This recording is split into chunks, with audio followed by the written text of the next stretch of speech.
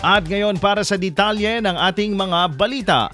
Tinalakay sa ika-101 episode ng Tactical Operations Group 2 ang usapang pangkapayapaan, usapang pangkaunlaran na matagumpay na ginanap kahapon ika-18 ng Disyembre sa lungsod ng Kawayan.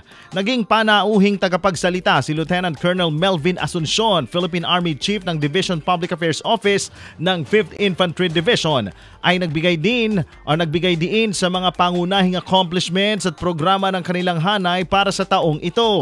Kabilang sa mga tinalakay ay ang International Security Operations, Focus Military Operations at mga nakamit ng 5th ID. Kabilang na ang isang malaking tagumpay, ang nalalapit na deklarasyon ng probinsya ng Cagayan bilang insurgency-free na formal na gagawin ni Governor Manuel Mamba sa Disyembre o ika-30 ng Disyembre.